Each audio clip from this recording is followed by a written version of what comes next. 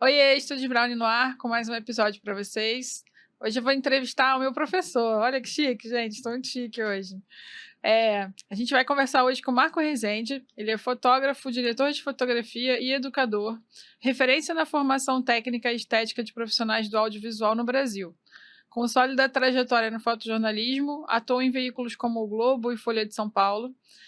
Experiência que marcou profundamente seu olhar para o timing, a narrativa visual e o chamado momento decisivo.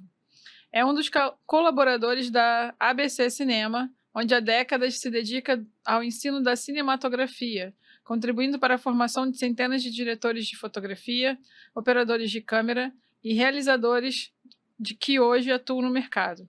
Reconhecido pelo rigor técnico alinhado a uma visão autoral da imagem, Marco defende o domínio profundo da linguagem, da luz e dos processos como base para a liberdade criativa no cinema.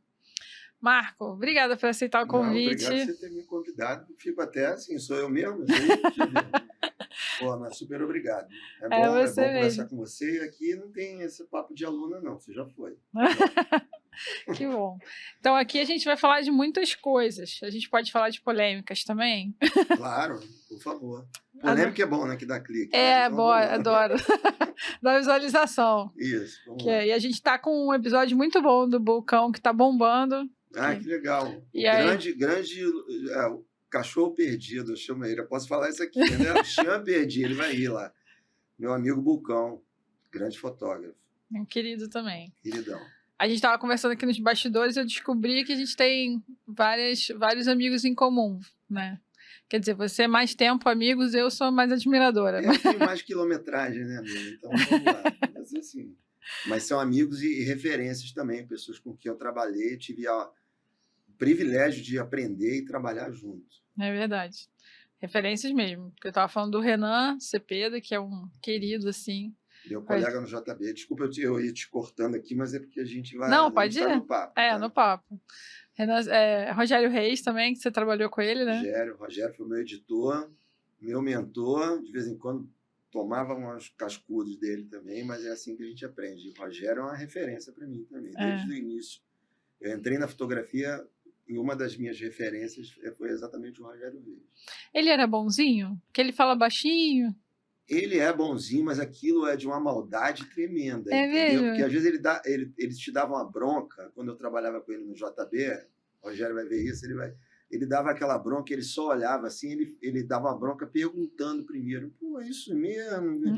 Então você já sabia que ele ia te queimar ali bonito, mas assim, com muito carinho, ele dava um esporro com carinho. Né? Mas sempre foi um cara super profissional e super legal com a gente, sempre abraçando, quando tinha que puxar a orelha, ele puxava a orelha, mas ele sempre teve aquele tom, e um cara com quem eu aprendi muito, inclusive, a editar, a entender o que era a estrutura do jornal e a fazer a política do jornal. O Rogério foi um dos primeiros caras que me deu assim, exatamente a noção do quanto que a gente deve brigar por uma foto quando no tempo de publicar, e outras que a gente tinha que saber também tirar um pouco o pé, assim, perder um pouquinho para o dia de amanhã. E assim, para mim foi uma referência em várias situações, e como profissional, enfim, direto. Imagino. Queria ter vivido essa época, que eu acho que... Não, mas olha, são outras épocas. Essa coisa assim, desculpa também eu te falar, mas a gente não cria essa nostalgia. Eu tento também não criar. Eles foram referências como o Evandro Teixeira. Nesse período eu trabalhei com o Evandro no Jornal do Brasil e outros fotógrafos, Custódio Coimbra, que eu conheci lá, que também para mim foi um dos caras que me fez ir para a fotografia. Tem uma história com o Custódio, que eu estudava fora do Rio, e uma vez, numa das viagens que eu ia fazer na rodoviária, eu vi um cara fotografando, ele estava lá fotografando, fazendo aquela coisa de saída do Rio, chegada, era um feriadão desse, não sei se era carnaval, alguma coisa assim, e vi um cara fotografando, eu gostava já de fotografia, e eu sempre vi os créditos, né, no jornal, que eu gostava de ler, o JB. E aí, quando eu vi o cara fotografando e vi toda aquela mecânica dele, ele subindo na escada, descendo, quase perdi o ônibus por causa daquilo. E aí eu falei, pô, que trabalho legal, cara, que coisa legal, quem é esse cara? Aí no outro dia eu vi, e foi uma foto maravilhosa, comecei a acompanhar o trabalho do custódio e entender quem era aquela figura por trás da assinatura, do próprio crédito. E aí, acompanhando o trabalho dele, e o custódio, para mim, é um cara fantástico, eu tive depois também o privilégio de até chefiá-lo de uma certa maneira. Quando eu voltei para o Globo, eu fui ser editor, ele continuou lá, ele já tinha passado pela editoria também por ser chefe, mas ele gostava era de estar na rua. Então a gente teve a oportunidade de trocar muito também, não só como fotógrafo, mas assim, trabalhando junto. E foi assim que eu fui me enveredando e falando, pô, eu quero fazer isso aqui, eu quero seguir esse caminho aqui. E foi um dos caras que me levou para a fotografia, ele nem sabe disso. Muito legal. Você ainda fotografa ou você migrou completamente para a área de cinema? É que nem bicicleta, né, amiga? A gente nunca larga aquilo ali, né? Eu fotografo sempre, a gente não deixa de fotografar. E fotografo hoje muito com celular. Na verdade, isso é um processo. Eu acho que todo mundo tem que ter isso como processo. Assim, eu tento me obrigar a todo dia fazer uma imagem, para você acostumar o teu cérebro, quer dizer, manter o teu cérebro trabalhando com a fotografia, com a imagem, com aquele fotograma, que para mim também é uma referência, inclusive, para o audiovisual. Lá no curso, eu não sei se você lembra disso, mas em outros lugares que eu também dou aula, eu faço a referência para o audiovisual, que o nosso menor pedaço de tempo, como a gente diz assim, a nossa referência de tempo, é o fotograma, é a foto, né? Que é de onde nasce o cinema. Então, o fotógrafo, principalmente, e o fotógrafo de cinematografia, né? O diretor de fotografia, ele tem que imaginar sempre um quadro, um enquadramento. Então, ele tem que ter o fotograma como referência. E é uma maneira de você ir acostumando e trabalhando o cérebro todo dia. Então, mesmo que eu não ande com a câmera, que eu estou quase todo dia ainda andando com a câmera fotográfica, se eu não tiver, eu estou com o celular. Então, claro que o celular não às vezes atrapalha o nosso trabalho de uma certa maneira com a coisa das mídias sociais.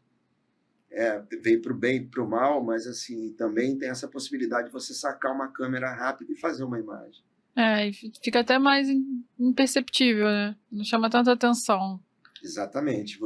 Como foram aqueles fotógrafos na referência que a gente tem da fotografia francesa, lá do Cartier-Bresson, quando eles começaram a usar a Leica, porque a Leica era muito discreta, era uma câmera pequena, era uma câmera... Então, assim, a fotografia mudou, a linguagem fotográfica ela começou a ter uma mudança e ela ficou muito mais um street, né? Muito mais uma fotografia de rua, porque ela tinha essa possibilidade, esse manuseio mais rápido.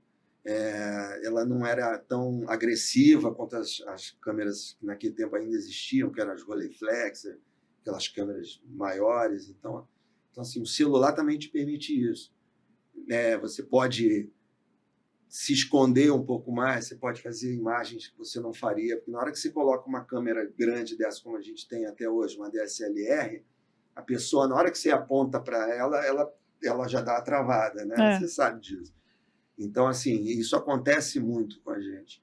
E o celular, às vezes, permite também a gente ter esse voyeurismo, vamos dizer, a gente também se esconder um pouquinho. Isso é bacana, porque, na verdade, o que a gente tem que fazer é manter essa capacidade que a gente tem visual, manter essa capacidade da linguagem visual. Então, ele permite isso. Então, o celular ele ajuda muito nesse processo da gente continuar fotografando. Mas eu nunca parei de fotografar, não. Isso aí a gente...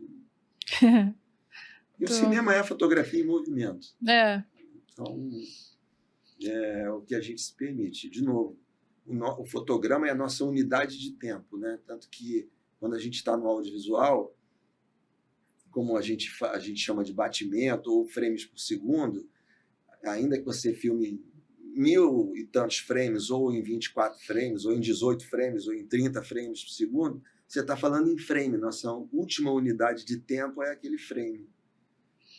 Ainda que tenha quem conhece sabe, quando você tem o tempo quebrado ali, mas na verdade é um frame que vai ser retirado lá na frente, mas assim, você não tem um frame incompleto. Então, a nossa unidade de tempo é isso, é olhar por essa janela, a gente ter esse visual, né, nessa moldura que é o próprio frame. Então, a gente tem que pensar em fotografia o tempo inteiro.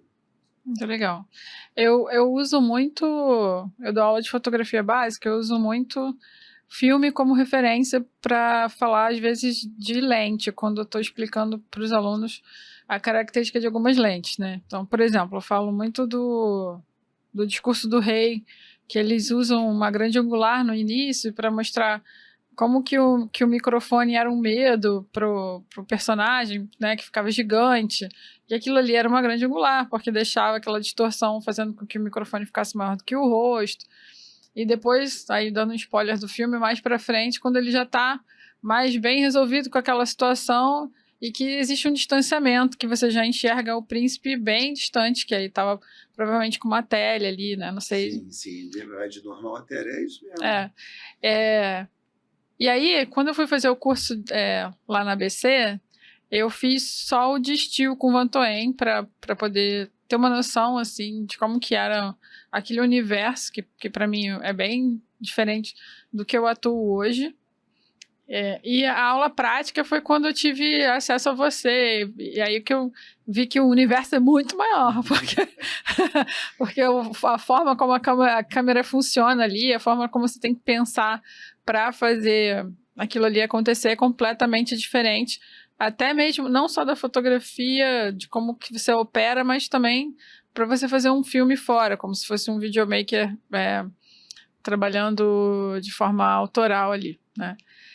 E aí ficou a curiosidade, assim, se eu quisesse fazer um curso de formação para passar por todas as etapas, que eu acho que é interessante você conhecer todas as etapas, todas as profissões que envolvem a produção de cinema, qual seria a ordem que eu teria que fazer?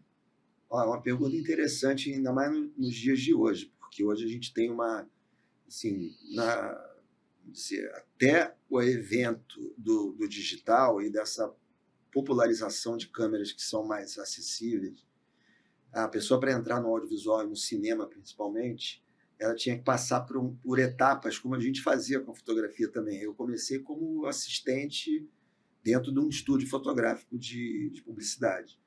E foi do Luiz Garrido, que para mim também é uma referência. E o cara depois virou amigão meu, adoro o trabalho dele. E tá na minha listinha para eu trazer. Senhor fotógrafo. Tá? Por favor, depois muito quero uma cartinha de referência sua. Não, se puder fazer a ponte, é fantástico. E foi um aprendizado lá na Casa da Foto, com o Levindo, o Paulo Pinho, com o Ricardo Devic, que são os caras fantásticos na minha carreira. Mas a gente começava como assistente, pintando fundo, arrumando cabo, tomando bronca também, cascudo, no bom e no mau sentido. E era um aprendizado. Então, hoje, até por essa possibilidade de você ter acesso logo a uma câmera e já fazer suas produções, quer dizer, a coisa mudou. Mas tinha esse caminho para ser trilhado. E no audiovisual não era diferente. Até o César Moraes fala muito nisso. Você começava carregando caixa para depois poder chegar próximo da câmera para poder pegar na câmera. Então, você começava com o segundo assistente, primeiro assistente, isso quando você já estava ali no espaço da câmera, literalmente. Então, eu vinha de segundo, de primeiro assistente, aí ia fazer uma operação de câmera para depois, quem sabe, virar um diretor de fotografia. Porque era um universo muito mais fechado e era menor mesmo. A gente não tinha uma indústria como hoje. Ainda bem, ela está se revelando como uma grande indústria que emprega muita gente e é para onde a gente foca o nosso ensino, inclusive lá na ABC Curso de Cinema.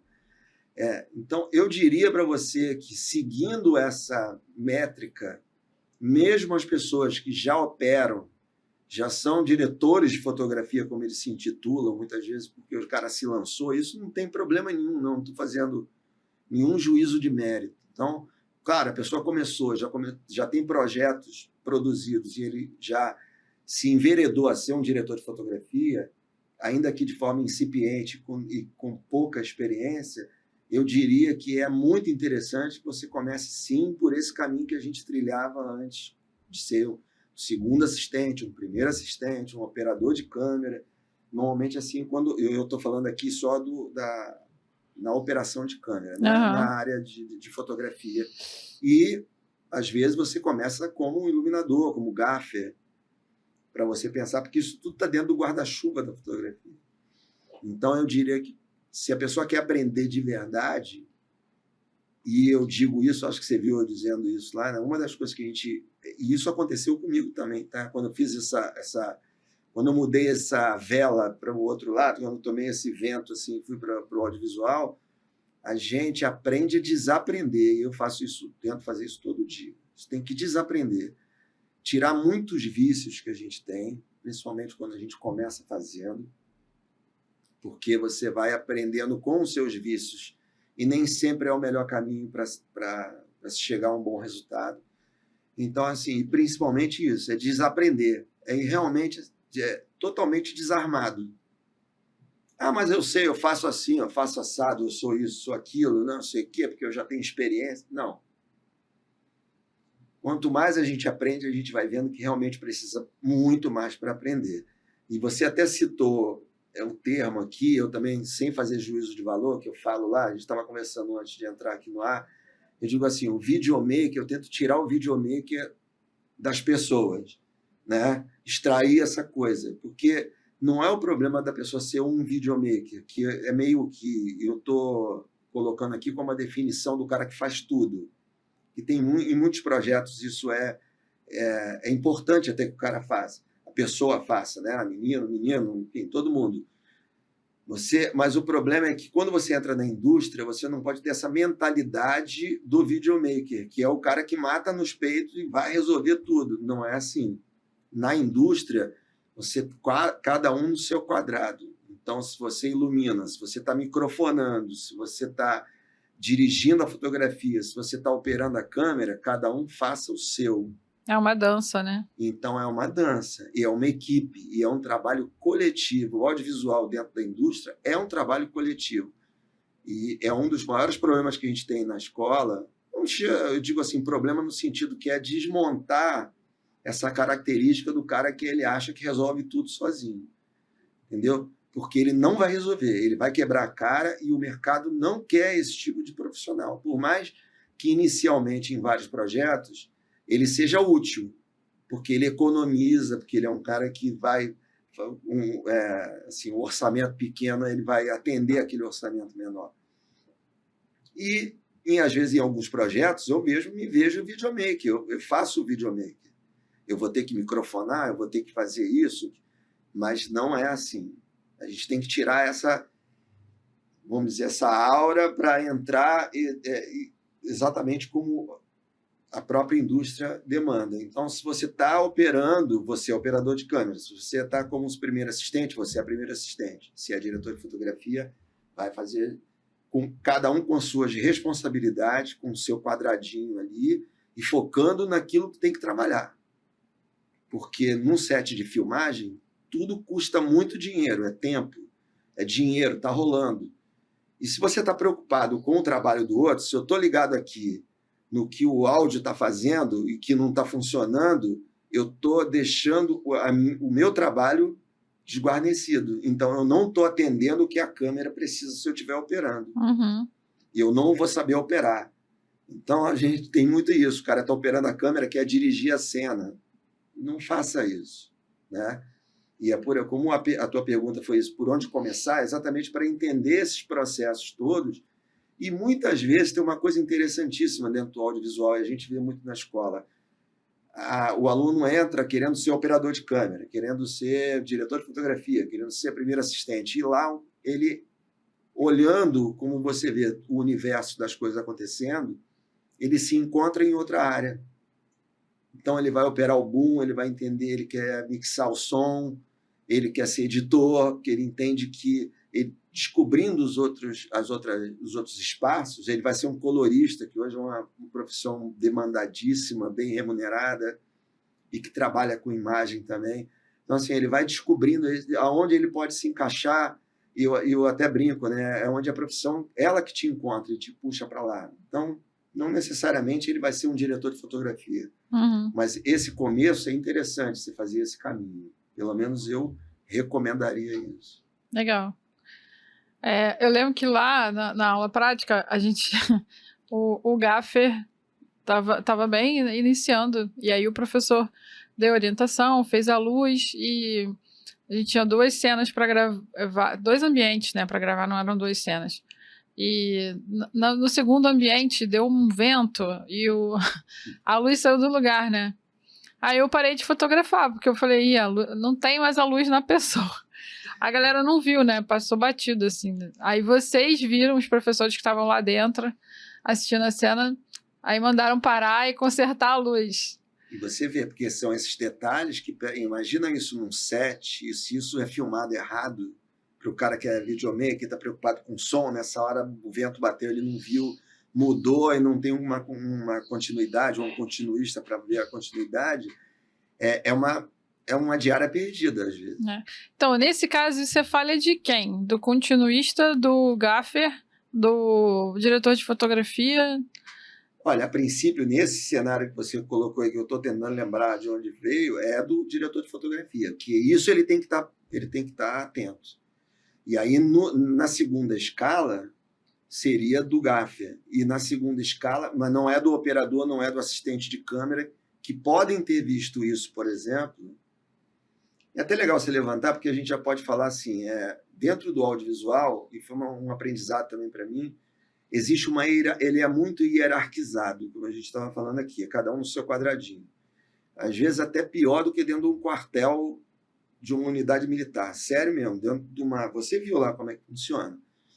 E isso não tem a ver com a questão assim, de quem manda em quem. Não é que eu tenho que mandar, não é o operador, o diretor de fotografia que manda no operador, não é o mandar, ele lidera. E essa hierarquia é importante, principalmente para a comunicação, que é isso que você está falando. Assim, quem é que tem que estar atento com isso? Quem é responsável? De quem é essa competência, como a gente chama? Primordialmente seria do diretor de fotografia, que ele tem que estar acompanhando isso e ele tem que estar ligado na continuidade também de luz, que a gente chama de raccord de luz, e entender assim, peraí, isso aqui alguma coisa mudou, alguma coisa está estranha para mim, porque essa é a primeira preocupação dele, de como a imagem está sendo formada. Por exemplo, se um segundo assistente de câmera reparou isso, ou até o Still, que era que você estava fazendo reparou, dentro desse caminho de comunicação na hierarquia, você poderia chegar para alguém dentro do departamento e falar, olha, eu vi que a luz ali tomou um vento e mudou. E a comunicação, ela ser levada até quem tem que decidir essa história. Uhum. Porque às vezes isso pode acontecer e o diretor está vendo a cena lá no monitor, que a gente não está sabendo, porque eles estão longe do set, e o diretor fala assim, pô, do cacete, isso ficou do caralho, não sei o que, vamos deixar essa porra assim mesmo, não sei o que. E aí quando você, por exemplo, se o câmera tá operando e ele manda cortar, que ele nunca vai fazer isso, que ele não pode fazer isso, mas se ele disser assim, mudou, cortou aqui a câmera, aí ele é que vai tomar bronca, porque diz assim, não compete a ele essa decisão. Entendeu? Então essa hierarquia é muito ligada a essa comunicação e essas decisões.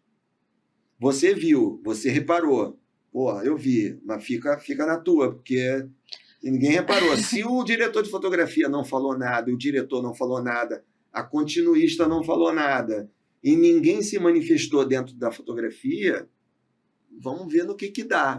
Pode ser um dia perdido ou alguma decisão dessa que foi determinada lá entre as direções, né?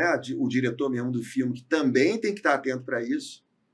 Quer dizer, primordialmente, assim, o responsável seria o diretor de fotografia tecnicamente. Mas dentro da linguagem, se o diretor decidiu que, porra, isso aqui ficou do cacete, vamos assumir esse erro aqui, essa falha, que isso era o que eu queria e funcionou, aquilo já virou linguagem. Uhum. Então a decisão é dele. E aí ninguém tem por que, numa dessa, você pode criar um choque de comunicação. Então, é por isso que existe essa hierarquia, entendeu? Mas é uma Entendi. pergunta muito interessante, porque você vê como envolve, é muito complexo a operação dentro de um set de filmagem. Eu não falei nada, porque eu tinha feito um trabalho recente com o Beto para a Globo, e eu fui como assistente dele. E eu nunca tinha pisado num set de gravação, assim, de novela, nada. E aí ele falou, Ana, daqui cada um faz o seu, cada um no seu quadrado, você não se mete. Se o negócio tiver caído lá, não se ofereça para pegar, porque as pessoas podem se ofender achando que você está querendo pegar o trabalho delas e tal. Aí eu falei, não, beleza. E aí ele tinha montado, não era nem um trabalho que ele ia clicar, era mais o cenário. Então ele montou um estúdio de fotografia, aí tinha a TV, então quando ele... não era nem ele que ia clicar, era um figurante.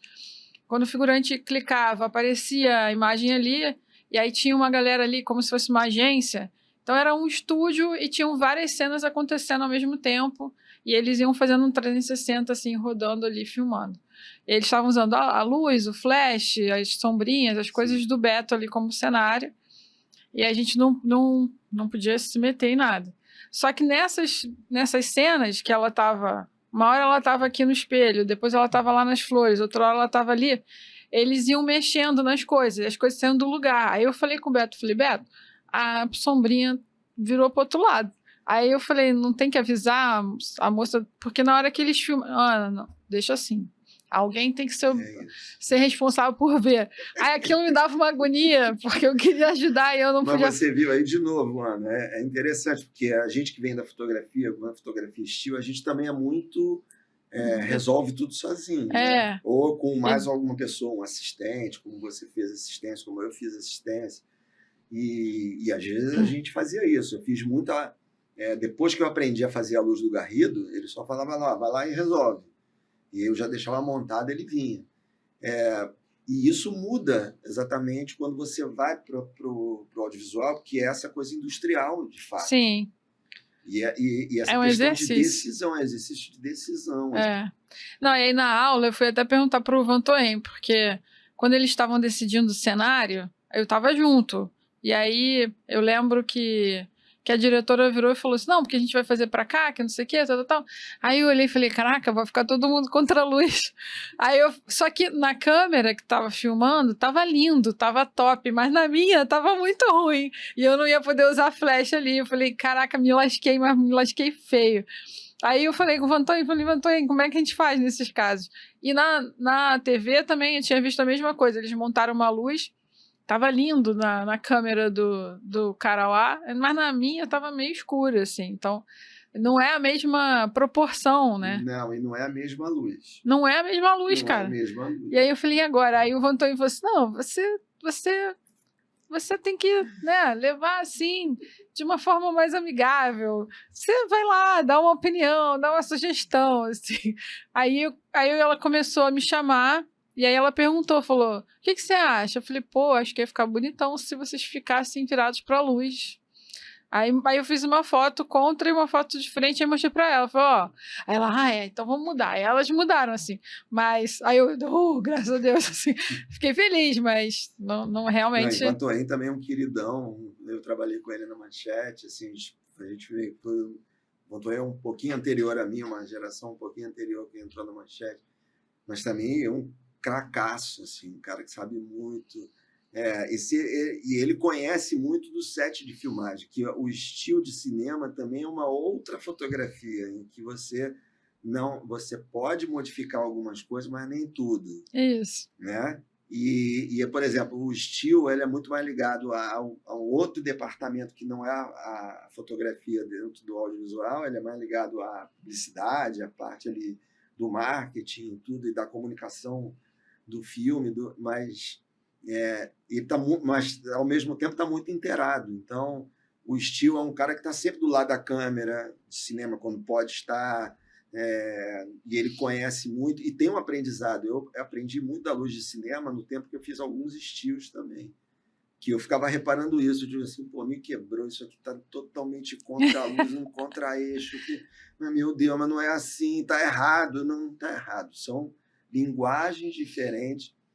e que foi aprendendo também no teatro. A iluminação de teatro é uma outra coisa, que também é legal para o fotógrafo, tanto no estilo, como a gente chama, a fotografia parada, quanto a de cinema, ele ficar ligado de como se ilumina no teatro, como se ilumina na fotografia parada e como é a fotografia de cinema, que tem eixos diferentes, porque você precisa de movimento de câmera.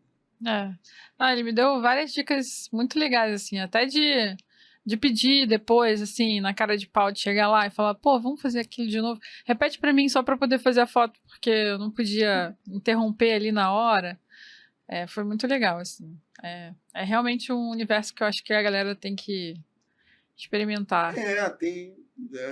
Quem gosta de imagem tem que conhecer isso, né? E ter, enfim, mergulhar nisso, né? Você está acompanhando nosso cinema brasileiro ganhando os prêmios? Você conhece o Pedro Veloso, que está concorrendo agora ao diretor de fotografia? Pedro não, ele é Adolfo. Adolfo, isso. Adolfo Veloso. Sim, não, ele não, esse eu não conheço. O Adolfo eu não conheço. Ele é lá de São Paulo, ele é da FAP, né? Da FAP, que é uma senhora escola lá também, mas ele é associado à ABC, que é nacional. Não conheço ele pessoalmente, mas eu acho fantástico a gente ter, porque a fotografia brasileira, desde o tempo do Afonso, bem antes do Afonso Beato, a gente estava ontem até lá na Cinemateca das Casas Casadas, que é junto com a ABC Curso de Cinema, lá na Laranjeiras. A gente passou o filme Limite, que é do Mário Peixoto, e foi fotografado pelo Edgar Brasil. É um filme de quase 100 anos. Ele foi lançado em 1930. E a fotografia é maravilhosa. A fotografia brasileira, ela é incrível. Ela é incrível. É que a gente não teve aqui uma estrutura, realmente assim, um programa de Estado, uma política de Estado para se criar. A gente até já teve com a Embrafilme, que o Afonso, inclusive, foi presidente durante um período. A gente teve algumas políticas do audiovisual que ajudaram muito o audiovisual. Mas a gente tem profissionais aqui, não é só na direção de fotografia, como a gente vê na direção de cinema, na direção de arte, na edição. A gente tem um editor que também está concorrendo ao Oscar, que é um desses filmes, que agora eu não me lembro. Então, assim, a gente tem profissionais fantásticos, porque o brasileiro realmente dá nó em pingo d'água. Então, assim, a gente consegue fazer coisas com poucos recursos, e isso faz uma certa diferença, né? Isso é uma vantagem para a gente, apesar de que isso não deva ser colocado como uma vantagem sempre. Não é legal você trabalhar o tempo inteiro na fita crepe e no chiclete, entendeu?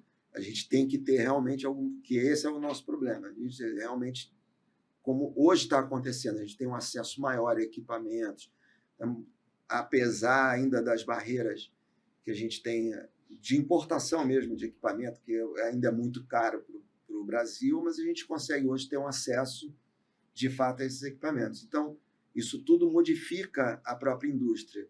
E o que a gente tem é esse olhar. Eu acredito que ele é um fortíssimo candidato a vencer, a ganhar. Tomara, eu estou torcendo por ele. Estou torcendo pelo filme também. Né? Eu também. Pelo Kleber e por todo mundo, como foi pelo Ainda Estou Aqui, porque isso é importantíssimo para a nossa indústria, porque vira, sabe, a gente começa a ficar no foco, entra no radar. Abre portas. Abre portas e fica no radar. Então, assim, a gente não é um bando de maluco que está tentando fazer alguma coisa assim, os caras são incríveis, mas é porque... Não, vira uma indústria, assim, e a gente já está numa sequência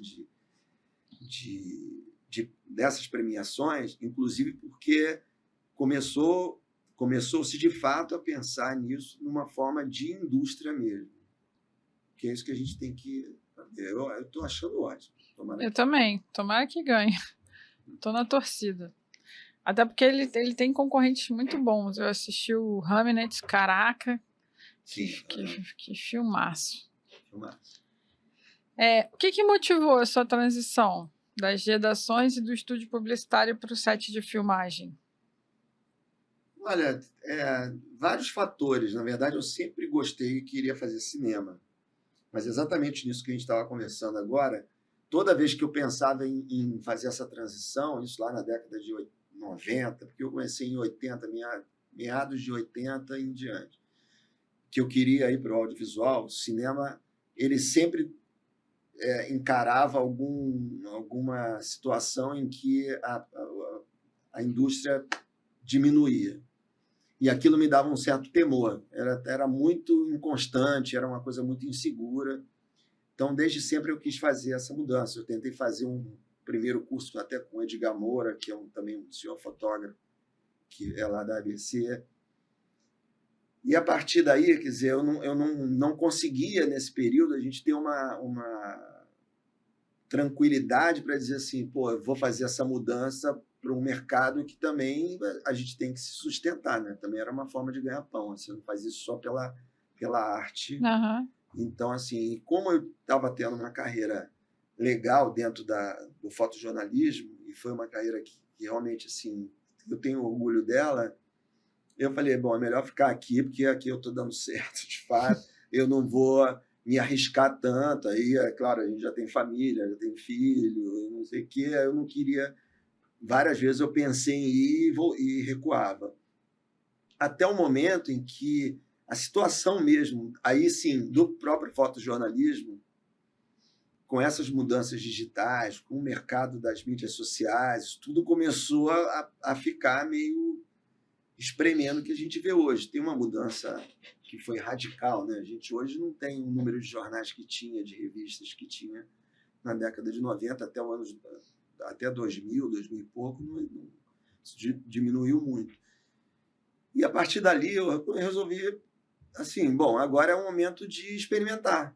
Agora que eu estou realmente meio que solto na vida, que me jogaram aqui nos novos desafios, como a gente diz quando virou freela, foi demitido, aí a gente inventa essa de que tem novos desafios. Falei, agora eu vou para os novos desafios. E um novo desafio era buscar o audiovisual. E eu peguei uma mudança legal, que teve um momento em que a coisa foi tão louca assim, que eu fui advogar, eu acabei fazendo uma outra faculdade ali na comunicação, que foi a de Direito, e eu estava gostando de ser advogado. Mas tudo bem. Passou rápido. E aí um amigo meu, que é o Ricardo Mello, me convidou a voltar para o jornal, para o Globo, para ser editor. E um dos desafios lá de ser editor dos suplementos era também desenvolver a parte de audiovisual para as mídias e para os novos meios que a gente estava pensando dentro do jornal.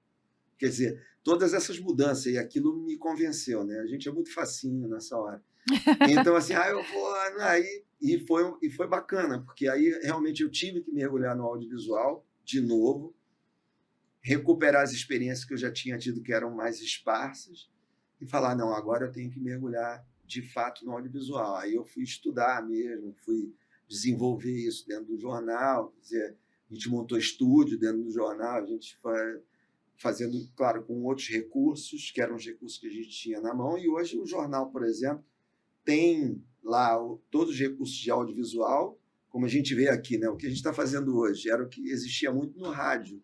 E hoje o rádio tem imagem, a gente está vendo imagem, tem câmera aqui, tem o Peixe me ajudando a gente, dirigindo aqui, botando a gente no ar. Então, assim, isso tudo era o que o rádio fazia. Então, as mídias tiveram que se movimentar. E foi bacana, porque você pega toda essa mudança. Então, isso me movimentou. E depois eu saí do jornal de novo. Aí, de novo, me colocaram na rua... Para novos desafios. Para os novos desafios. Aí a gente falou, bom, agora vamos de canela mesmo, vamos entrar de voador. E eu fui para buscar o audiovisual, né? Foi quando eu de fato mergulhei junto com a ABC. Para mim é um orgulho, assim, eu tenho uma gratidão imensa com o César, com o Faisal, com o próprio Afonso, que eles me abraçaram lá. E, enfim, eu faço hoje uma das coisas que eu mais gosto, que é poder passar o conhecimento, essa experiência que a gente foi ganhando esse tempo todo, né? Porque a quilometragem tem que dar alguma coisa para a gente. Verdade. Não, isso é muito legal. Senão é só ruga, né, Aninha? Ruga aí, pô, Senão não vale a pena, não né, vale a pô. pena. Em um mundo saturado de imagens digitais, como que você define hoje o que é uma boa fotografia, uma boa imagem cinematográfica? Olha, é uma pergunta Pergunta de concurso. de concurso de US$ 1 milhão. O pensamento para mim de uma boa fotografia é assim, e hoje eu acho que o diferencia, né, e de fato você tem razão, né, em uma coisa que já foi até muito debatida, que é hoje tem até um artista plástico que ele fez isso, ele conseguiu pegar de alguma maneira, pelo menos em uma das mídias, todas as fotos foram produzidas em um dia e ele mandou imprimir aquilo, copiar em papel. E encheu vários quartos, e ele fez uma instalação, uma coisa absurda para a gente ter a noção da quantidade de imagem que você é. E isso, sei lá, 20 anos atrás, 10, 15 anos Eu atrás. lembro dessa matéria. E Tem 10, aí, 15 não é o anos. que é hoje, que é muito mais. Hoje tem vídeo, era muito mais foto, isso até antes do Instagram bombar com essa coisa de vídeo. Eu acredito que hoje é exatamente o contrário desse prurido de você fazer imagem de tudo. Até o que eu falei aqui, da gente utilizar o telefone celular, como uma ferramenta, né? Para a gente não falar em marca. Mas eu acho que a foto boa está que o fotógrafo mais entra nela, ele mais pode mostrar quem é que fotografou, ele está mais conectado com aquela imagem. E é uma imagem que ele tem que ter a tranquilidade e a calma de primeiro observar, como a gente fazia, principalmente no tempo da película, porque tudo era mais caro também, né? E você tinha 36 poses numa câmera de 35 milímetros. Numa câmera de 6x6 você tinha de 10 a 12 chapas ou poses, como a gente fazia. Então, na hora de você apertar o botão, você pensava muito mais antes de você acionar o mecanismo. E eu acho que é um pouco isso. Eu acho que a boa imagem está nisso. Você antecipar e pensar antes de apertar o botão. E não fazer essa cacetada de fotos, esses milhares de fotos que você não vai ampliar, não vai perder aquilo num HD que depois vai corromper e que você nunca vai fazer nada com aquela imagem. Né? Ou como a gente vê ir para um show e o cara ficar filmando horas e horas do show, ele nem vê o show, nem vê o que está filmando e não deixa as outras pessoas verem o show, curtirem. Então, é essa conexão do que é a imagem, como foi a imagem, a fotografia no início e continua sendo, mas ela se perdeu um pouco de rumo. Essa conexão entre, de fato, o humano e aquilo que está sendo mostrado. O que você quer capturar? O que você quer mostrar nesse fotograma, como eu te falei. Então, para mim, a boa foto está nisso. É quando você entende que ela é única. É que ela, poxa, isso aqui é uma imagem. Isso aqui me falou alguma coisa. Isso aqui me diz alguma coisa. Né? Tem uma imagem que me veio à mente agora, tá? Muita coisa é estabelecida enquanto a gente fala. Mas uma imagem recente que eu vi, que foi um incêndio que teve na China, se não me engano, que é um cara desesperado em primeiro plano, assim, que é bem jornalística, e o prédio pegando fogo no fundo. Aquilo é uma imagem única que você diz assim, opa, isso aqui é um tanto que chamou a atenção de todo mundo. No meio desse mar de imagens, desse calhamaço de imagem que a gente se perde, e inclusive isso entope o nosso cérebro de tanta imagem, tanta informação, aquela ali, ela submergiu.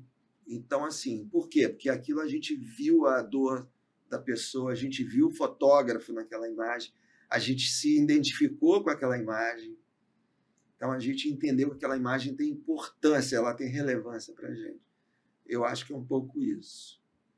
Eu diria que para a galera, inclusive, que está com a gente aqui, hoje, na hora de apertar o botão, tudo bem, tem momentos que você tem que ser rápido, é lógico, né?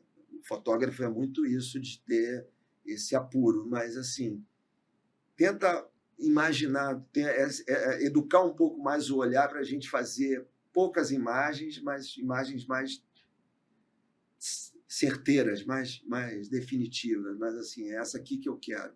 É isso que eu quero captar, e não sair apertando, enchendo a tua câmera com digital, essa coisa de o cara achar que faz, apaga, faz, apaga, e fica vendo na telinha.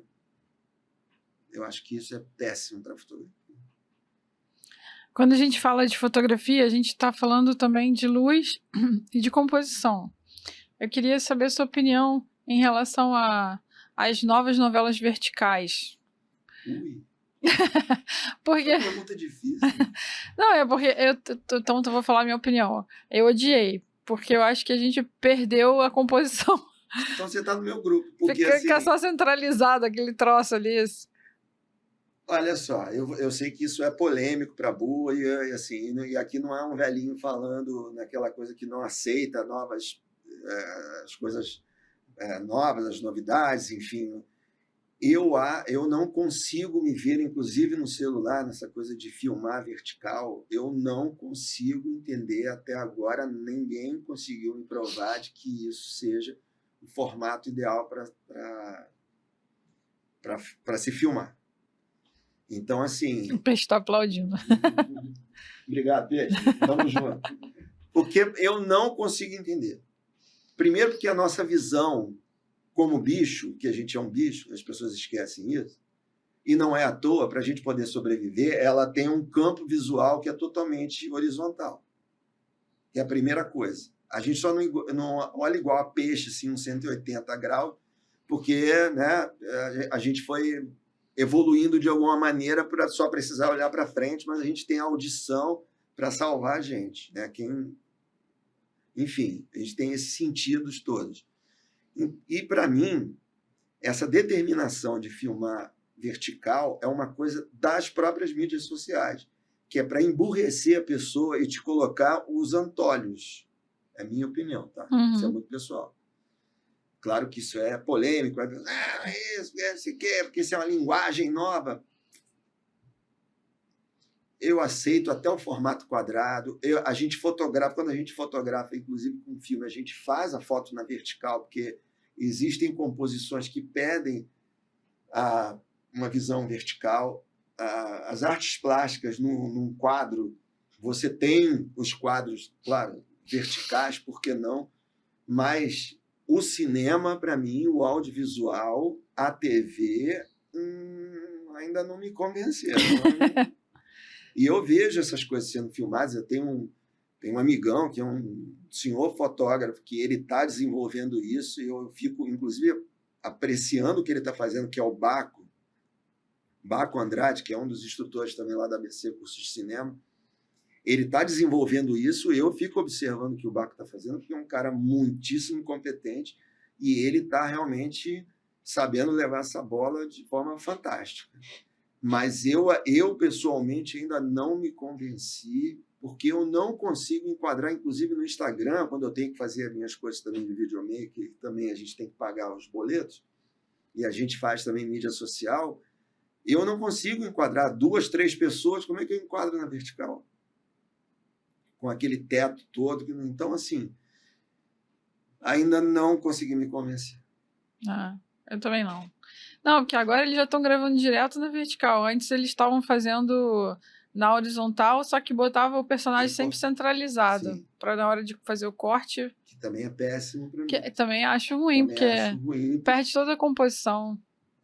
Mas eu ainda prefiro, eu acho isso, inclusive porque você tem uma questão ótica aqui, ó, vou dar um toquinho, principalmente em DSLR. No celular, não. O celular foi feito, ele já está preparado para fazer na horizontal, vertical, tudo bem. Mas quando você coloca uma lente numa câmera DSLR, é muito melhor que você filme com a resolução que a gente pode ter hoje de 4K, 6K, filmar com ela na horizontal e aproveitar a parte central, porque o círculo que a lente vai cobrir ali naquela área, a qualidade ótica é muito melhor você ainda filmar na vertical, entendeu? Na horizontal. Na horizontal, perdão. Isso até confundiu. Então, assim, mas para além disso, eu entendo que é uma linguagem, a gente tem que ficar atento a isso. Se o cliente quer fazer, por exemplo, se a gente tem um projeto que seja na vertical, porque isso é um produto, Eu não crio resistência, mas ainda não me convenceu na forma de linguagem. Eu acho que a gente ainda tem que evoluir de fato, por isso que eu estou te dizendo. Eu tenho que entender como isso vai evoluir como produto. Nessas novelas, será que eles já estão... Será que eles filmam com a câmera normal deles lá? Ou Olha, não? o que eu vejo o Marco fazendo, ele faz na vertical. Faz direto na vertical. Faz direto na vertical. E usa as câmeras normais. Ele usa as câmeras normais. Tudo bem, porque aí ele está aproveitando, de fato, na verdade, ele está pegando tudo que é horizontal e fazendo na vertical, né? Entendi. Mas assim, ele está abusando, vamos dizer, dessas laterais. Isso é uma questão mais técnica. Mas é uma forma de... É um produto. A gente tem que entender isso. Se isso vai ser uma tendência, eu também já vi muita coisa que começa de um jeito, E aí volta. e com o tempo as pessoas começam a enjoar, não querem mais aquilo. Tudo bem, acho que tem que experimentar, tem que entender. Essa semana eu tava ouvindo um amigo falando que agora tá na moda de todo mundo falar que é TDAH. Aí ele falou, não é que todo mundo seja TDAH, é que agora a gente tá numa velocidade acima do que a gente está acostumado. Então a gente não consegue acompanhar, mas não significa que as pessoas sejam... Exatamente. Você não consegue focar muitas vezes no que você tem que fazer, porque é um nível de informação e eu pessoalmente também tento, às vezes, filtrar isso. Tem hora que eu digo, não, esse conteúdo eu não quero nem ver, porque senão é muita informação para mim hoje. É verdade. A gente não tem ainda essa capacidade, não tem como processar isso tudo. Até no Hamnet a gente saiu do cinema e o pessoal tava comentando. Aí meu marido falou, pô, será que naquela época as pessoas iam no teatro e assistiam o William Shakespeare falando daquele jeito? Aí eu falei, pô, naquela época as pessoas falavam melhor. Liam também mais, né? Era diferente. É diferente, porque tinha uma evolução e muitas vezes assim, a preocupação ali, né, na dramaturgia era mostrar essa conexão, que era a conexão humana. Então, a palavra tinha uma força maior que ela foi se perdendo com o que eu acho que a imagem também pode estar se perdendo nessa, como a gente falou antes também, quando você tem muita imagem, quando você tem uma saturação de imagem, e você já não sabe mais o que ela significa. Então, assim, né, isso tenho voltado a estudar muito. Eu voltei ali um livro do Philippe Dubois, que é o ato fotográfico, que é exatamente falar sobre isso, sobre o significado, o que é, de fato, o que a imagem tem que fazer, o que a fotografia, principalmente o ato fotográfico, tem que fazer. Isso vale para o cinema, para a gente entender esse fotograma de novo. E aí buscar isso. Tem hora que a gente tem esse significado todo, é tanta imagem, assim, é tanto vídeo. Eu, por exemplo, e a galera que trabalha aqui, eu acho que o Peixe também vai concordar comigo nisso, a gente que tem que editar muita coisa, se você ficar olhando toda hora milhões e milhões de vídeos, na hora que você tem que fazer o seu trabalho, você diz assim, você começa a não entender mais o que é bom, o que é ruim, o que é mais ou menos, o que é... Porque é tanta coisa que você está vendo, até na hora de editar, você diz assim, não tinha uma imagem tal, não, mas isso aqui não é nem desse projeto que eu estou fazendo, é do outro. Confunde tudo. Existe algum trabalho ou projeto que tenha sido um divisor de águas na sua forma de enxergar a imagem ou a narrativa? Aninha, projeto, eu acho assim, houve vários, porque isso, na verdade, eu acho que o legal da gente, pelo menos na minha experiência, foi assim, vocês que são jovens, vocês têm que estar atentos para isso, várias, e agora mais ainda, né, mas eu já peguei essa geração, de que várias vezes a gente vai dar essas mudanças, essas variadas na vida. Então, assim, meu primeiro impacto foi quando eu saí de um estúdio de fotografia, que era tudo aquele mar de rosas, ou aquela coisa também, era uma bolha, né? Gente bonita, coisa bonita, consumo, publicidade, blá, blá, blá, e fui para o fotojornalismo. E na primeira experiência que eu tive na Manchete, que eu fui para a Amazônia, que era no fundão do Brasil, um Brasil que a gente não conhecia, principalmente até a década de 80, e acho que não conhece até hoje. Também acho que não.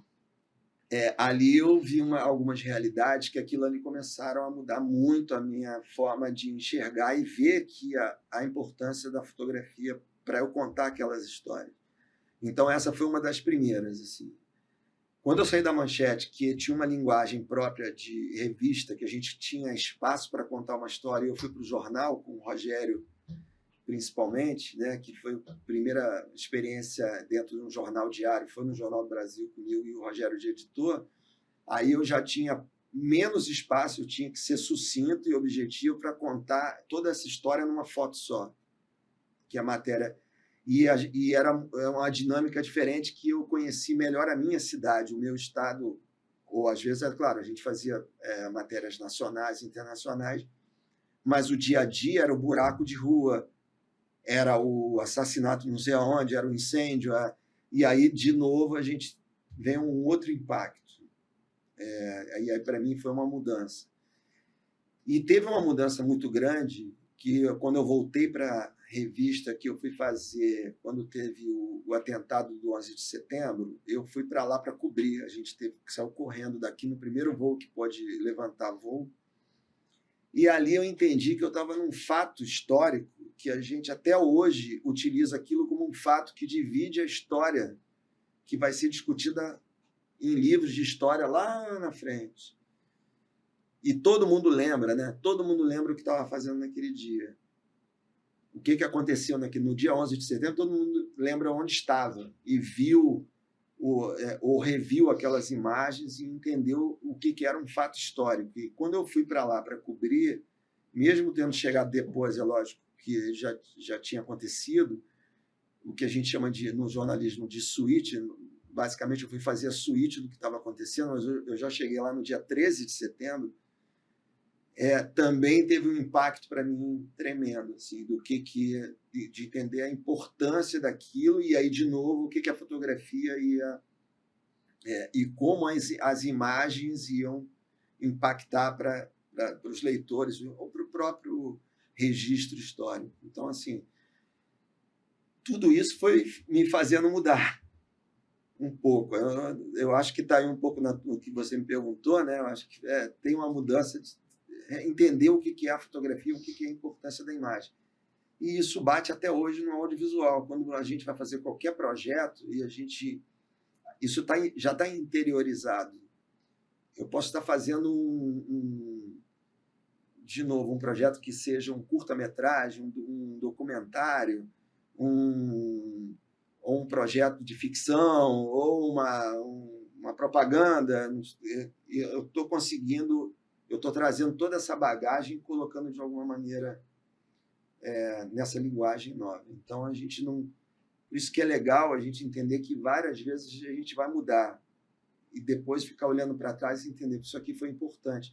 E não só essas coisas de impacto, às vezes coisas mais simples no dia a dia também te modificam a tua forma de ver o mundo, né? E a gente que trabalha com imagem, quem trabalha na produção, a nossa rotina é não ter rotina, né?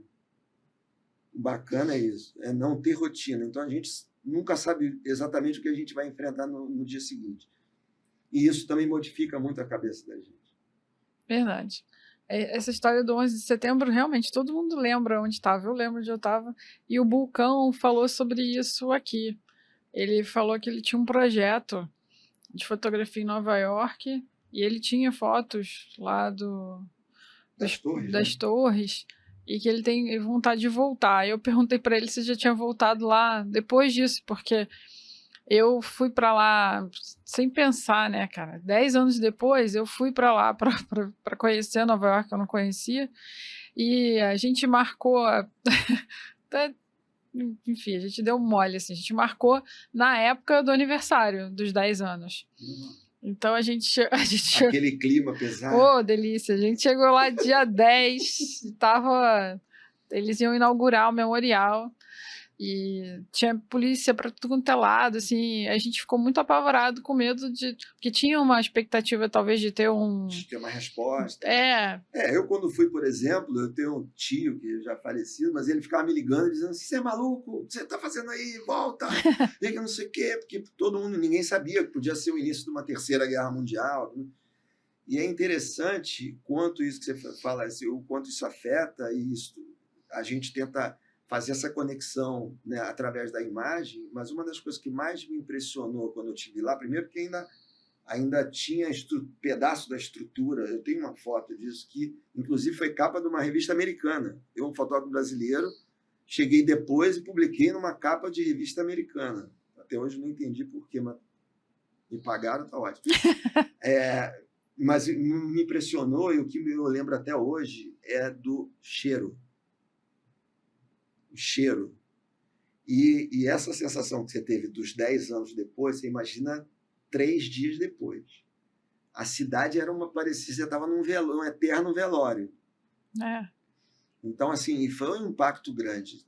A gente absorver aquilo com essas incertezas. Pô, vamos bombardear de novo, vai explodir de novo, vai ter coisa aqui, tem outras células acontecendo.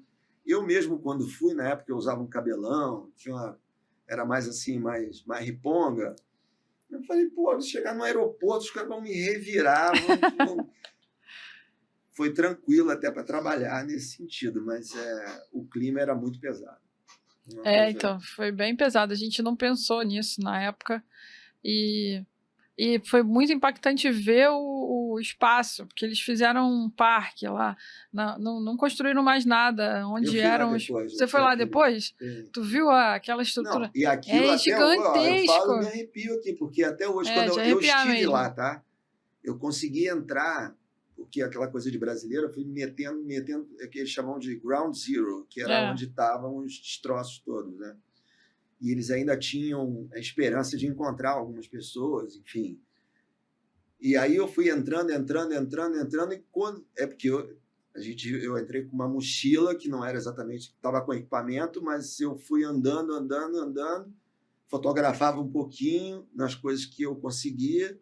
Igual o Evandro, né? Escondendo aqui, né? Escondendo. Na hora que eu cheguei mesmo lá nos destroços, e que eu tirei a câmera, até hoje eu me lembro, eu comecei a flutuar, eram 3 daqueles bombeiros gigantescos, os caras me levantaram, o que você está fazendo aqui? Me jogaram para fora. Mas também me lembro assim, de ver muito de perto os destroços. E quando eu voltei lá e vi o memorial, vi a construção do memorial e vi o memorial, assim, é assustador, né? É assustador. E me lembro das torres antes. Você chegava em Nova York, você olhava para cima, via aquela coisa. Né? É um buraco, assim, que ficou realmente muito louco isso. Desculpa, gente, aqui eu vou indo no... Mas viu, a fotografia é isso, a fotografia toca a gente. E isso também... Eu tive uma experiência uma vez, tem a ver com isso que a gente está falando, de o quanto a gente não faz ideia de como a imagem impacta nas pessoas.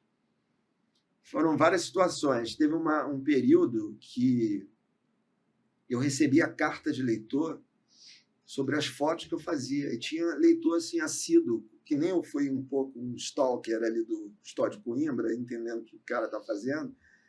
Eu ficava assim, pô, tem gente que vê o meu trabalho. Olha que legal isso aqui. E uma vez eu fiz uma matéria, que eu sou doido por aviação também, uma das coisas que eu conquistei, que para mim foi muito legal, eu fiz um voo supersônico, o Vantinho também fez. Fazendo matéria, lógico, a gente cavava fazer matéria para fazer um voo num caça supersônico, eu voei num F5, aí voei supersônico, pilotei o avião, então para mim aquilo eu tava pinto no lixo, criança assim, E aí um belo dia eu estou chegando aqui no Rio Sul, ainda estava na Manchete, essa foi a primeira vez que eu fiz, foi na Manchete, eu estava chegando no carro, e eu me lembro da gente chegando ali no estacionamento, não sei porquê, eu estava com o carro da Manchete ali, e o cara me olhou e falou, e o homem supersônico? Aí eu falei, o cara está lendo, as pessoas leem, veem isso, então você entende, ali eu entendi o impacto e a responsabilidade que a gente tem naquilo que a gente faz e publica. E não só na imprensa. Hoje, ainda mais com rede social, você coloca uma imagem tua numa rede social, você não sabe nem quem é que está vendo aonde. Você pode estar sendo visto lá do outro lado do mundo, na Austrália, por alguém, por uma foto que você publicou, por uma imagem, um vídeo que você fez. Verdade. Então, assim, a imagem tem essa conexão muito forte com as pessoas. A gente tem que ter muito cuidado com isso e muito carinho com o que se faz. Verdade. Quando eu entrevistei o Evandro, tem um tempo isso. Depois, ano passado, eu recebi uma mensagem de uma menina, que ela é do interior lá, acho que é de Roraima. Eu lembro que eu falei dela aqui no episódio.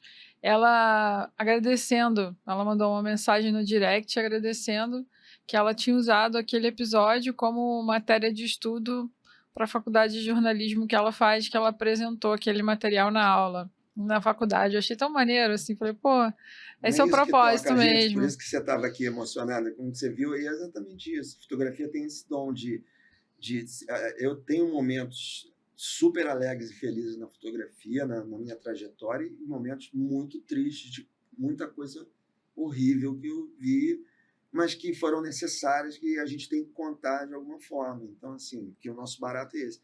Tanto na fotografia quanto no audiovisual, a gente, de alguma maneira, está tocando outras pessoas. Senão não adianta, né? Você está fazendo para você. Essa é a graça, né? Fazer para as pessoas. Que referências visuais ou profissionais ajudaram a formar o seu olhar no início da carreira e quais ainda fazem sentido hoje? Uau! Bom, eu já até falei aqui na fotografia brasileira, principalmente, que eu tive vamos dizer, eu tive essas influências todas, o Evandro, Pode ser no o cinema também. Rogério. No cinema, no cinema foi o Gordon Willis, logo inicial, tinha, mas principalmente ele, o Storaro, que é um cara que trabalha muito com cor, que sempre toca isso, mas eu acho que são até que era o que a gente tinha mais de contato visual e conhecimento, né, dos caras mais barra pesada assim, você diz, pô, caramba, isso aí, sabe, domina o que é a cinematografia, né? Mas, na verdade, eu acho que começa lá na fotografia. Eu tenho um fotógrafo que eu acho que ele é tcheco, que depois ele viveu a vida praticamente toda dele nos Estados Unidos, que é o Ernest Haas, que ele é um fotógrafo muito de rua e ele trabalha muito com fotos assim, tanto de fotojornalismo, foto de rua, e com aquela coisa mais artística, com cor. E esse cara me influenciou muito, assim, para eu entender, quando eu começava a ver aquelas fotos, eu dizia assim, mas que loucura é essa que ele está vendo? O que é a fotografia? E a partir dele, eu fui me interessando cada vez mais em entender o que era o universo da fotografia. E aí conheci a fotografia do Custódio, do próprio Evandro, do Rogério, do João Ripper, João Roberto Ripper, que é um cara fantástico. Para mim, é um dos melhores fotógrafos assim, sociais que o Brasil tem. Ele está aí, tem um material maravilhoso, tocante, e uma penca de outros fotógrafos. E tudo isso também a gente transfere e leva como referência para o cinema, né? Porque, de fato, até esses caras que eu te elenquei aqui, eles também se basearam em fotógrafos de estilo. Quer dizer, o Kubrick, por exemplo, que era um senhor diretor, ele foi fotógrafo de estilo antes de ser diretor de cinema, e por isso que ele tinha aquele rigor visual, ele era chato para fotografia. Ele tem lente, o Kubrick tinha as lentes dele.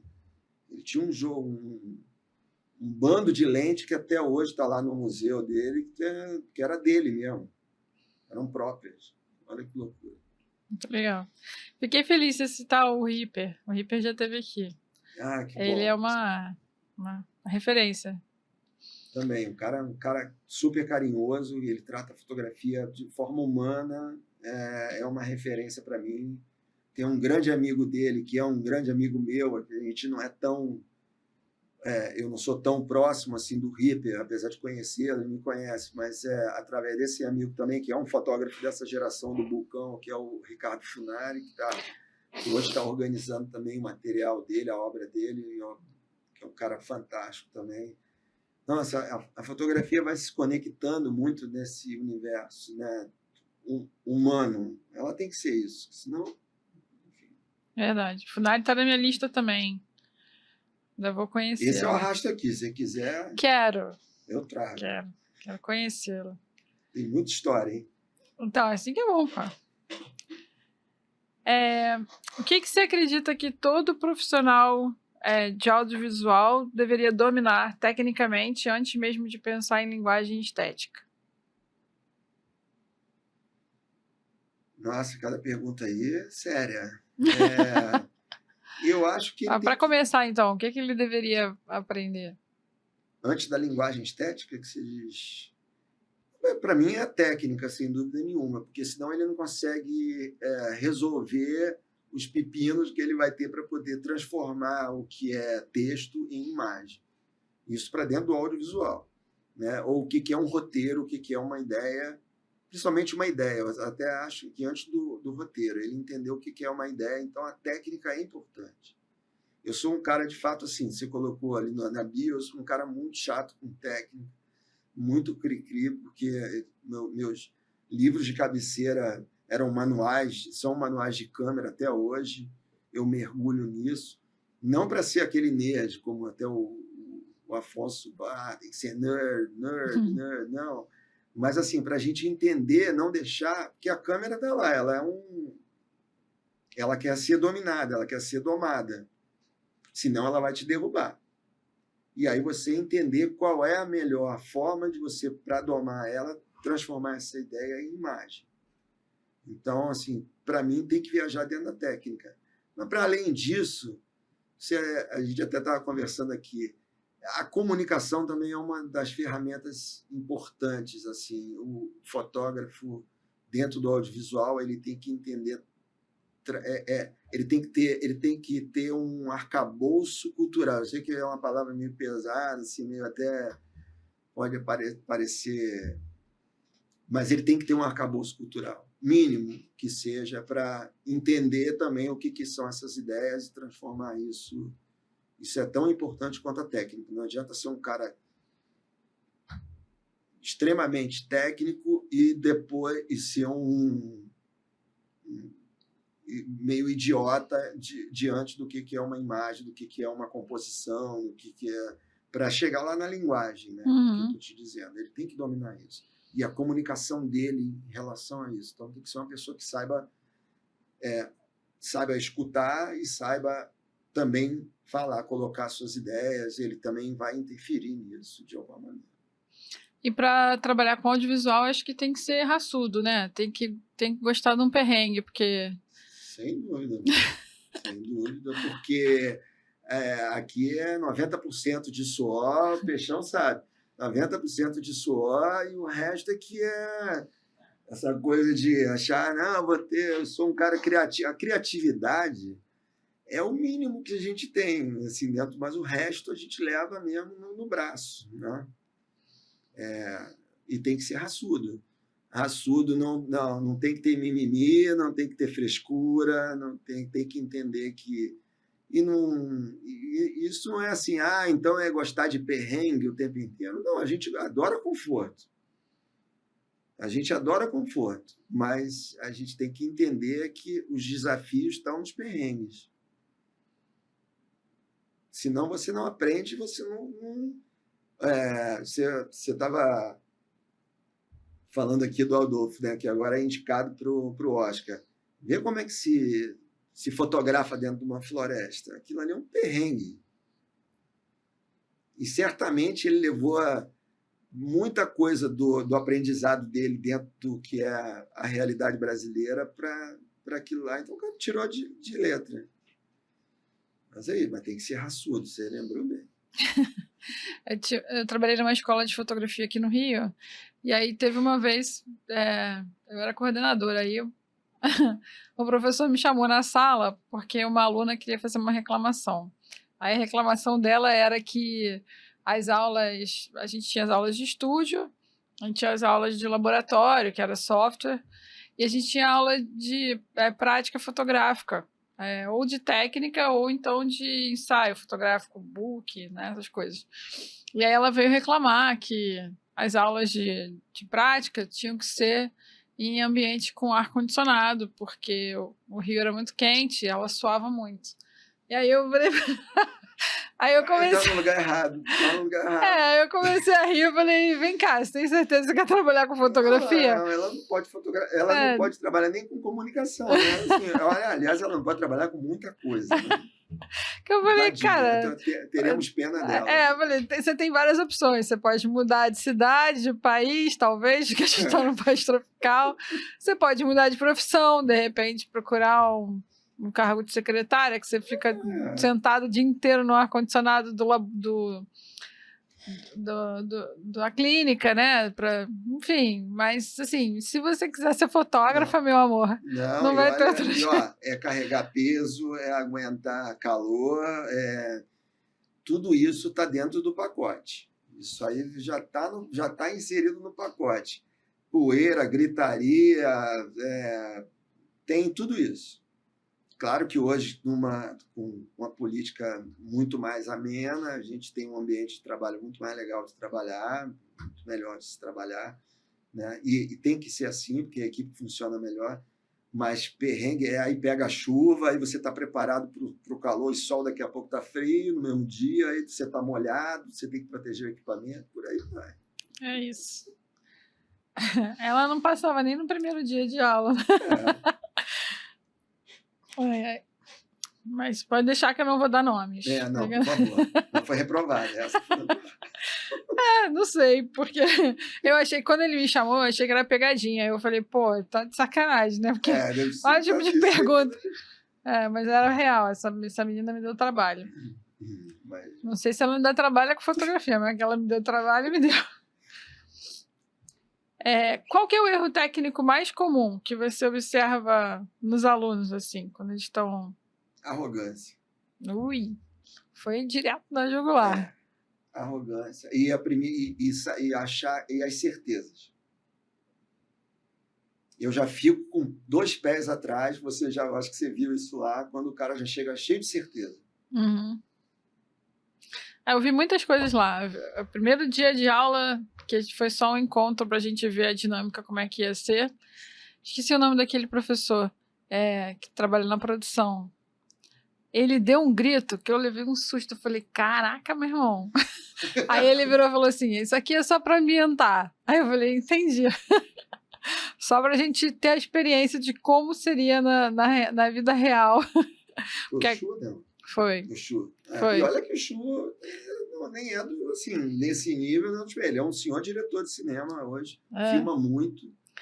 Ele é um querido, assim. É que eu acho que a galera tava fazendo muito barulho, ele tava querendo começar. Aí ele deu um gritinho básico ali só pra... Mas eu vejo muito nos alunos, assim, quando o cara vem com isso, ele não vem para desaprender. Por mais que a gente não saiba, né, ainda, e principalmente nessa fase, e mesmo quando a gente já tem uma experiência, como vários profissionais, esses caras que eu te citei aqui, o Afonso, que a gente tem contato direto, o Edgar Moura, o Faisal, o César Moraes, o Walter Lima, o Walter Carvalho. Eu ia falar do Walter Carvalho. Pô, aí você vê esses caras, assim, eles têm dúvidas, eles têm certeza, eles não sabem algumas coisas. E aí eu vejo alunos chegando lá e o cara dizendo assim, não, eu quero assim porque vai ser assim.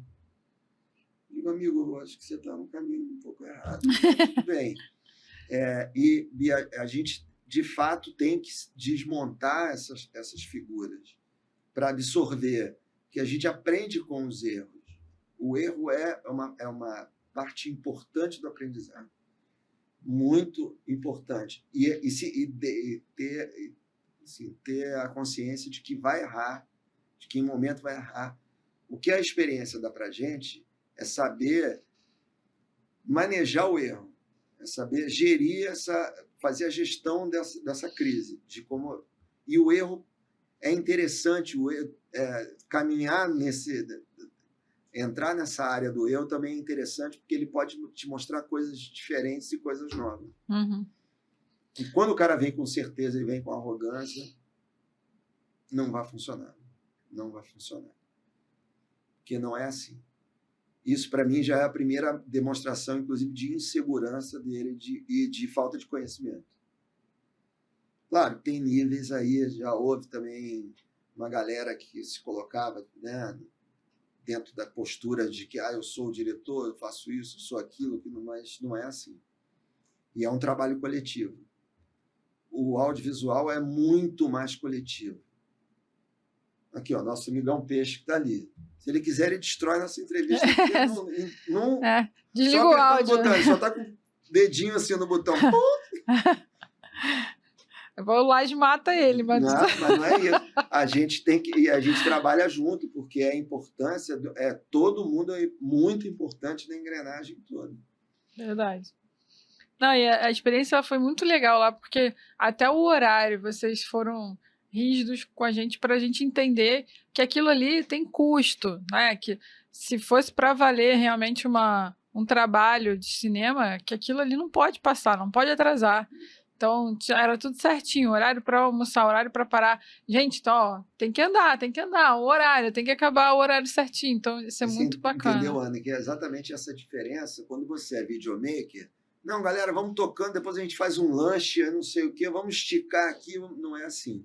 A indústria, porque a equipe é muito... A gente estava ali num universo, mesmo no que a gente faz na escola, você já vê que envolve ali, no mínimo, 30 a 50 pessoas. Isso qualquer produção normal, assim, até de baixo orçamento tem.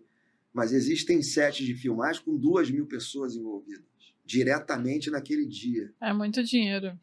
Além do dinheiro, se você atrasa, tem um efeito dominó e você afeta a outra pessoa. Não é assim. Então, por isso que eu disse, quem conhece sabe que tem que manter a escalada. Eu tive um aprendizado muito legal nessas coisas de vida que modificam. Eu fui trabalhar eu fazia muito trabalho para o Comitê Olímpico Brasileiro e teve um período que eu fui fazer o Pan-Americano de 2007. E eu fui trabalhar na organização do Pan-Americano na área de operações de imprensa. Aquilo para mim foi uma escola de como fazer a gestão de crise, de gente. Teve um momento que em cada departamento, e o meu departamento era só o da imagem e da fotografia para dar o melhor posicionamento de fotógrafo. Olha só isso, só para dar o melhor posicionamento de fotógrafo para a cobertura dos jogos.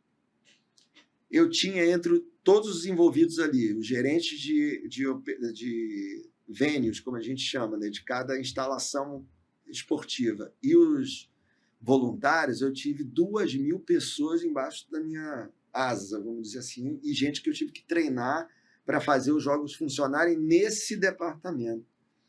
E era um envolvimento, e a gente já estava mirando ali para fazer as Olimpíadas, e como eram feitas as Olimpíadas, então todo o modelo foi feito dentro do que o Comitê Olímpico Internacional mandava. É incrível como você gere a operação de uns jogos desses, como está ocorrendo agora os Jogos Olímpicos de Inverno, que eles são menores do que os Jogos Olímpicos de Verão, que são, né, os jogos que a gente conhece melhor, mas eles são gigantescos. Então, eu tenho que saber o que o cara do lixo vai fazer, o que o cara o que a operação de televisão vai fazer, o que o broadcasting vai fazer, porque ele vai afetar a minha operação, o que os atletas vão fazer, o transporte vai fazer. Então, isso é uma maneira de... E dentro do audiovisual, você tem departamentos assim. O que o figurino está fazendo, o que a iluminação precisa, o que ela vai fazer, e todo mundo tem que andar para e passo, senão o set não anda.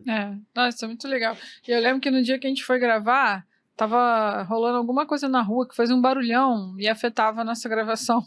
Aí o Chu falou assim, para o rapaz da produção, cara, resolve lá com eles não podem fazer barulho agora. Aí o garoto... caminhão de lixo. Era um caminhão de lixo. O cara desesperado, falou, como é que eu faço para resolver? Ele desceu e resolveu, o barulho acabou. Aí o Chu falou, cara, como é que você resolveu? Ele falou, dei uma cerveja pros caras, eles vão voltar daqui a 2 horas, que é o horário que a gente vai estar almoçando. Eu falei, pô, genial, né? O cara resolveu.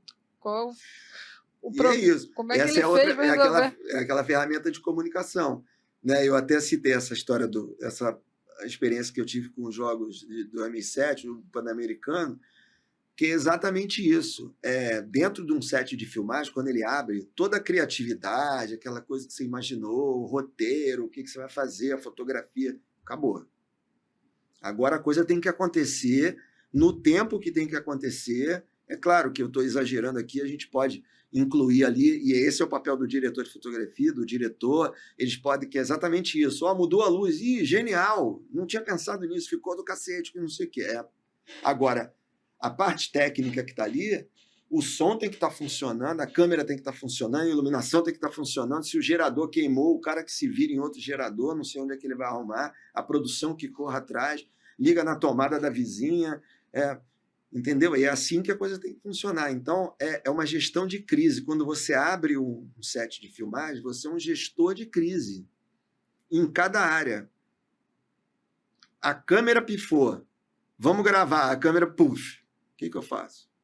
Você vai ter que, como diretor de fotografia, como operador de câmera, como primeiro assistente, porque ele é responsável por isso, ele tem que ter alguma coisa na manga.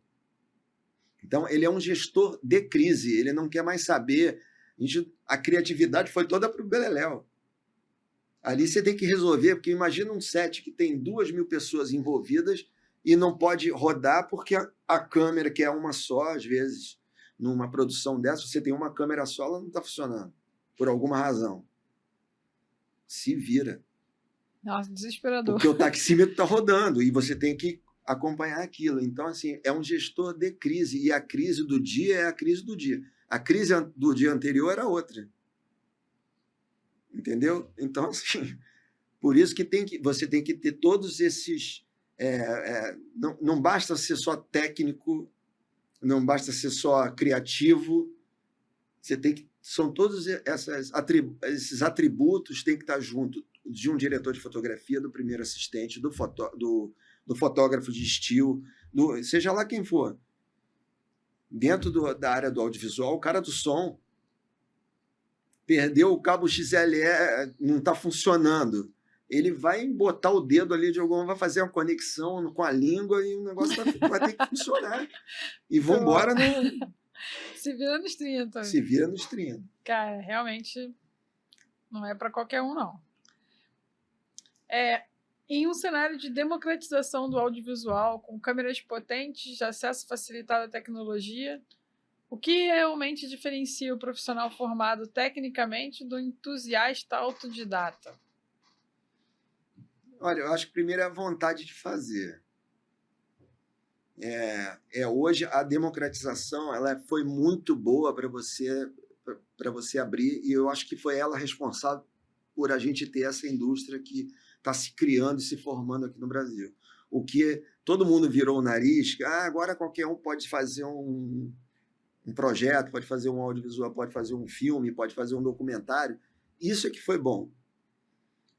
E inclusive, empurrou muita gente a entender assim, eu tenho que me preparar melhor, eu tenho que estudar, eu tenho que ir para uma escola, eu tenho que ter o conhecimento, ou então tem que ter experiência, eu vou ter que procurar um set de filmagem. Eu acho que a diferença é essa. A diferença é do próprio profissional, aquilo que ele tem a vontade de fazer. Ele está ali acreditando no trabalho dele. E acreditando nele mesmo, na vontade dele fazer. Senão não sai. É aquilo que a gente estava falando aqui, não tem mimimi. Se a pessoa, mas não vou porque... Teve uma aluna que eu vou tentar lembrar uma coisa que ela dentro do set, ela falou assim, mas vocês gritam muito. Eu falei, você está no lugar errado também, amigo. Ou então vai procurar outra coisa dentro do audiovisual, você vai para uma ilha de edição, que de repente... Também tem a gritaria lá, mas assim, mas é diferente, é uma outra. Então ela está num ambiente mais controlado, ela vai poder, entendeu? É claro, como eu disse aqui, você vai se achando. Mas a diferença é essa. Para mim, a diferença é o humano na coisa. É como você se coloca e a vontade que você tem de realizar, de fazer. E eu vejo gente que às vezes não tem todo esse preparo, ainda que seja dentro de uma escola, que fez ou não fez o curso, mas eu vejo com tanta garra para fazer, que você falou, né? A pessoa se joga tanto naquilo que eu digo, esse cara tem futuro mesmo, porque ele está a fim de realizar. E aí, muitas vezes, o conhecimento você pode buscar um pouquinho depois. Não é que ele seja dispensável. Vai ter um momento que isso vai ser cobrado. Eu sempre acho que o boleto chega nesse sentido, como eu sempre achei para a fotografia também, da mesma maneira.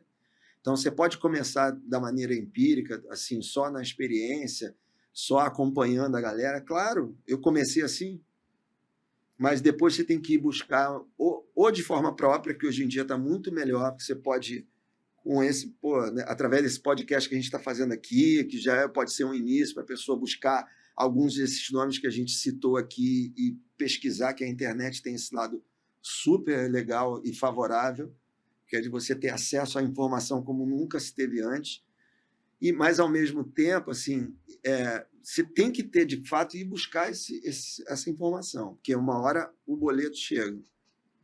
Senão você fica batendo num teto ali, você fica patinando na mesma área, entendeu? Então, para o crescimento pessoal, o que vai diferenciar primeiro é acreditar em si e buscar informação, buscar tecnicidade, como a gente chama, e depois, assim, quanto mais a pessoa se prepara, eu vejo que quanto mais ela desenvolve a parte criativa, que às vezes já tá ali, meio que escondida, mas o cara tem medo, ou às vezes ele tem a criatividade, mas não sabe como realizar. Então, assim, elas andam de mãos dadas. Tem que ter isso. Mas é acreditar nele próprio. Muito bom. Se você estivesse começando hoje, com o cenário atual da tecnologia e mercado, o que você faria diferente? E o que? O que eu faria diferente, eu começaria hoje. Mas eu não faria antes, voltando, olhando para trás. É meio clichêzão que eu vou falar, mas é de fato assim. Eu só me arrependo do que eu não fiz. Das coisas que eu fiz, até as cagadas, me desculpa, assim, que a gente faz, né? A gente tem que contar as derrotas. E houve também. Teve muita derrota, teve muito vacilo, muita coisa errada que a gente faz. Mas eu não faria diferente, não, porque é o que te constrói.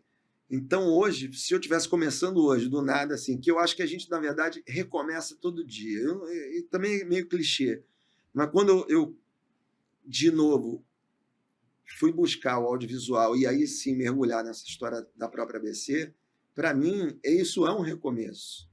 Então, eu estou recomeçando aqui com você, com o Peixe, com a galera toda, com os caras que eu revejo, com a galera mais antiga que está também... Você viu...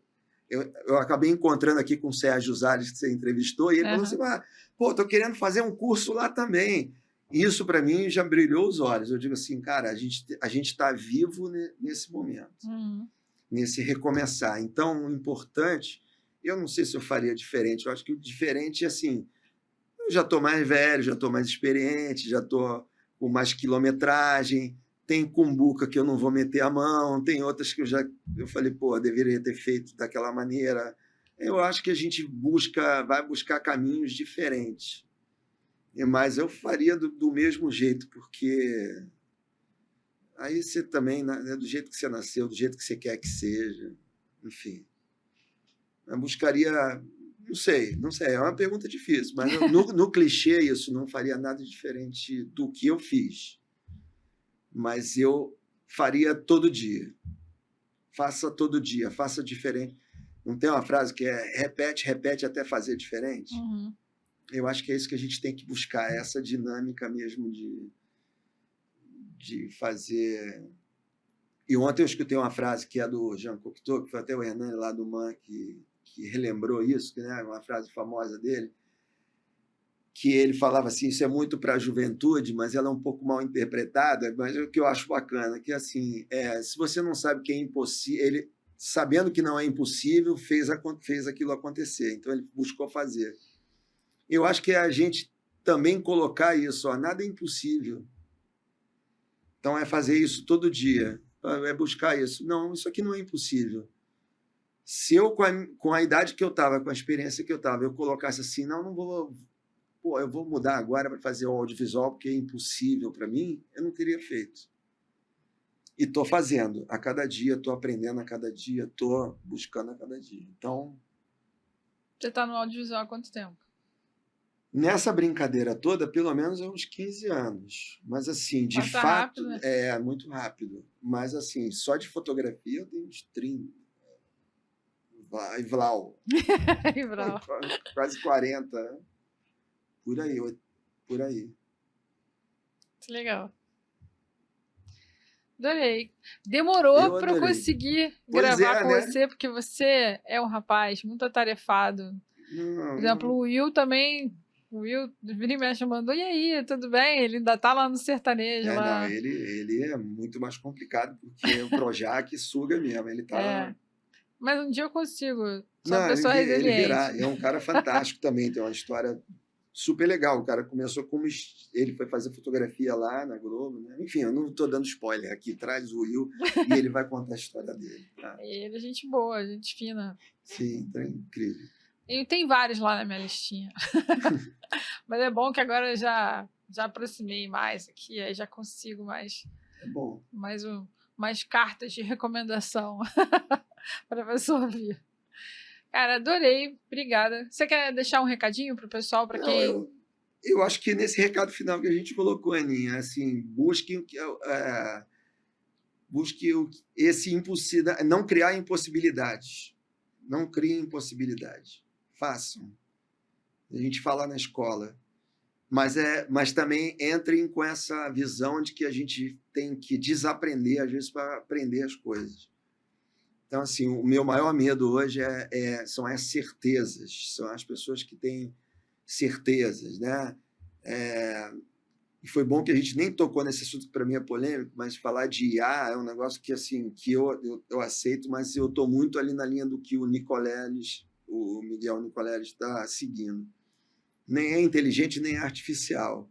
A gente tem que ter atenção, é uma ferramenta importantíssima, vai mudar muita coisa, tem impacto no nosso mercado, mas ela não é a panaceia. Então, assim, ela não vai resolver tudo, não. Ela depende do humano, porque isso já começa a aparecer que é uma das impossibilidades para uma porrada de gente. Ah, não vou fazer isso porque agora a IA vai resolver. Não.